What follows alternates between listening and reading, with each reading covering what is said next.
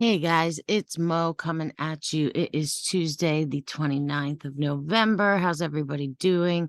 Before I'm going to give you a quick update on Kanye and also Balenciaga at the same time. Kind of kill two birds with one stone. So before we get started, please hit the thumbs up button. Subscribe to my channel so you can catch all the updates, and off we go. So Kanye went on Tim Pool's TIMCAST podcast last night, and it was Tim Pool, Luke Rudowski from We Are Changing, bunch of other two other people, dudes, and then Kanye, Ye, Milo, and Nick Fuentes. Okay, so I'm gonna play the first part. He walked off. If you haven't heard by now, I'm gonna play the first part. Ironically, I did not do a video last night when it first happened, and it was up on TimCast on YouTube, and now you cannot find it. I cannot find a full the full interview without commentary, which is fine because we can cut through the whole 27 minutes. I will give you a quick summary. If you've watched Ye, he was Ye being Ye, and I will touch on the important topics that he did cover. Here is the last 1 minute and 21 seconds. So let me make sure I am sharing my audio with you so you can hear it, which I was not. So, okay. When I found out that they tried to put me in jail, it was like a dog was biting my arm, and I almost shed a tear, almost, but I still walked in stride through it. Yeah, I think they've been extremely unfair to you. Okay, so what he's talking about is yesterday he said that his accountants called him and said that he owed a lot of money. He said, I've asked them before not to use the word a lot, and he wanted to know how much. And he said it took 6 hours to find out he owes $50 million to the IRS. He talked about how they are trying to destroy him, which they essentially are. They have cut his deals. They have cut his net worth. And also, all because he is speaking out against the narrative. So he went from what they are saying, you can find reports he was 6 billion, 4 billion, down to they were saying 400 million. I saw one article that said he was worth 4 million. That's not even possible. But don't forget that 400 million might seem like a lot to you or I, but to someone that has the overhead that Kanye has, it's not that much. He talked about how he worries about his kids' future, but that they will be all set with his with Kim. She's got money. But Tim originally pressed, he wanted to know what the meeting was like at Mar-a-Lago. And Kanye said that him and President Trump had originally scheduled to meet in October. It got pushed over to November because President Trump was announcing that he was running for president. And then Kanye just showed up there with Nick Fuentes. So he made a point of letting people know that Donald Trump did not have any idea who Nick Fuentes was. It doesn't mean the people around him don't.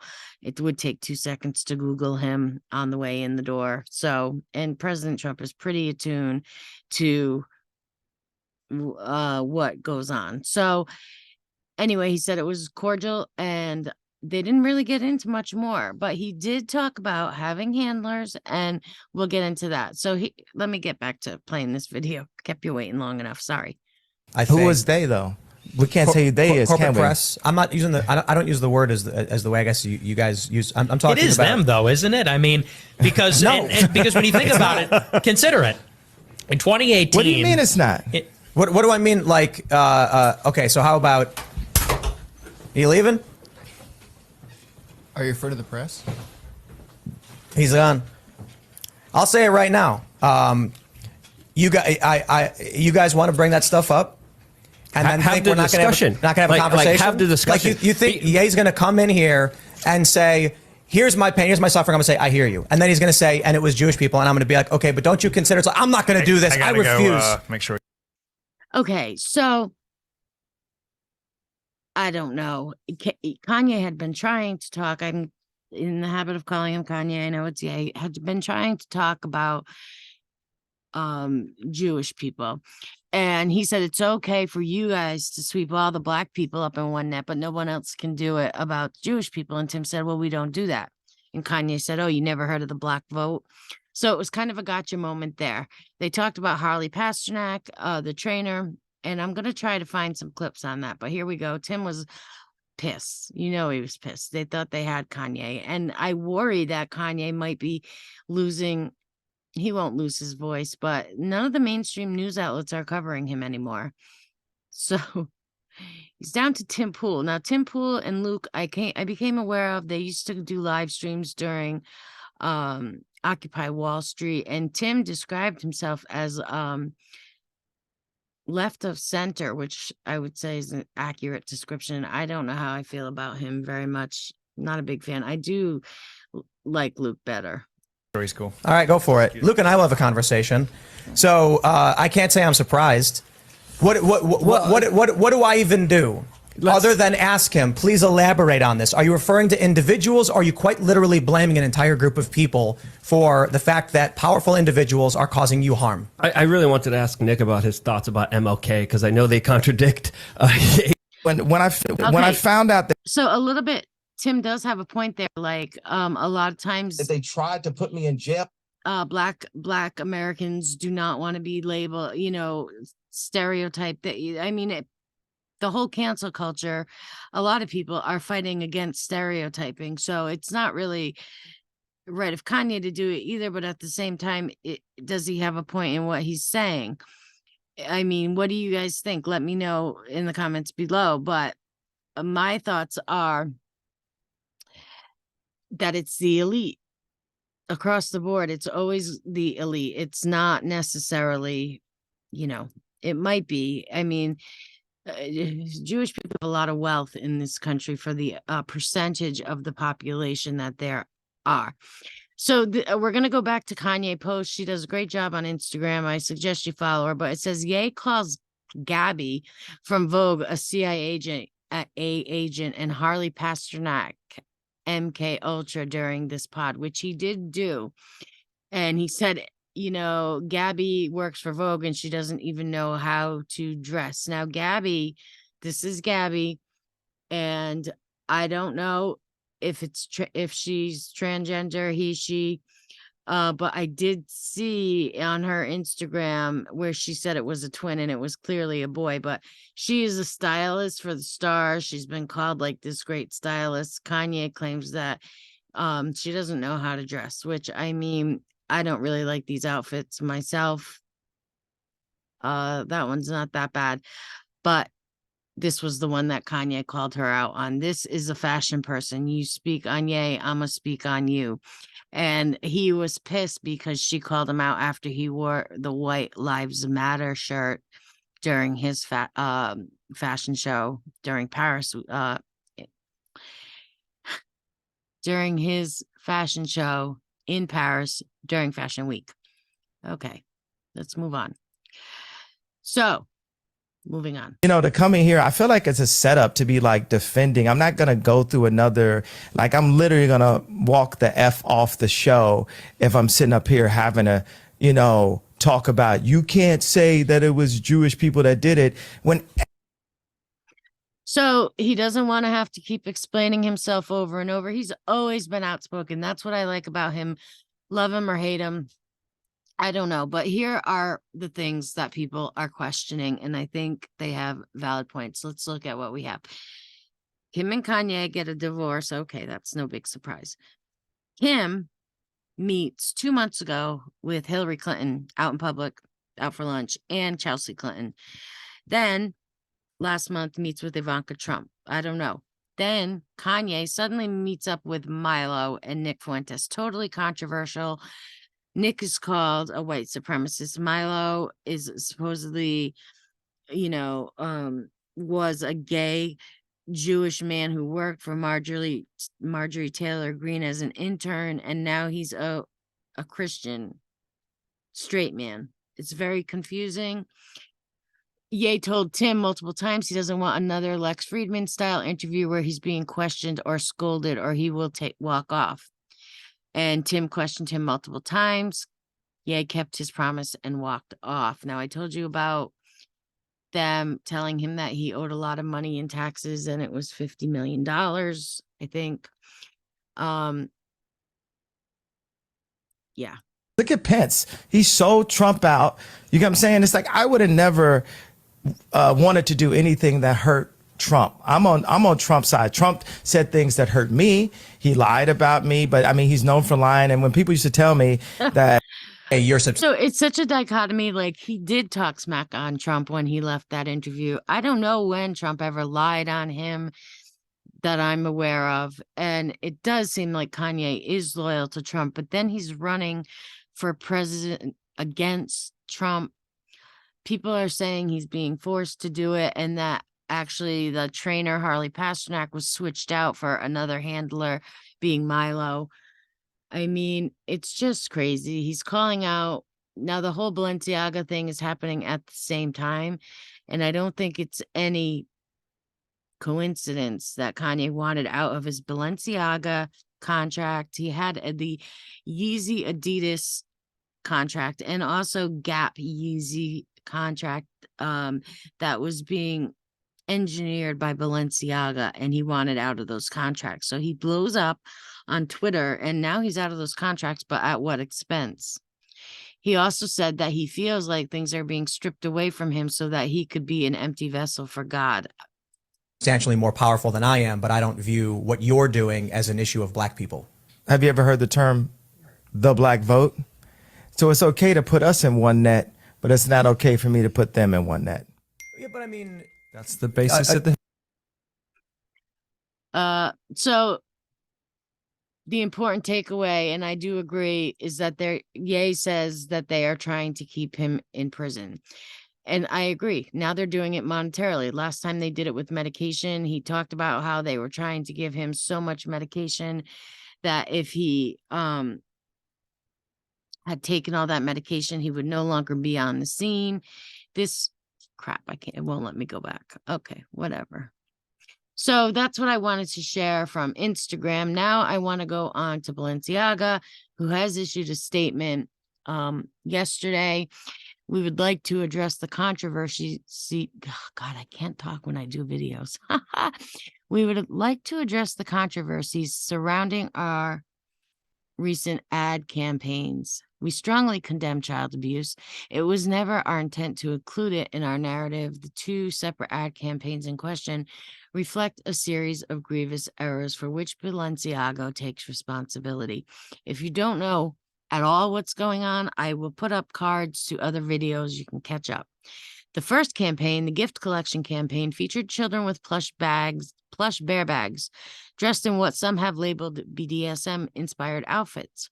Our plush bear bags and the gift collection should not have been featured with children. This was a wrong choice by Balenciaga, combined with our failure in assessing and validating images. The responsibility for this lies with Balenciaga alone. Okay, seems like they're taking responsibility.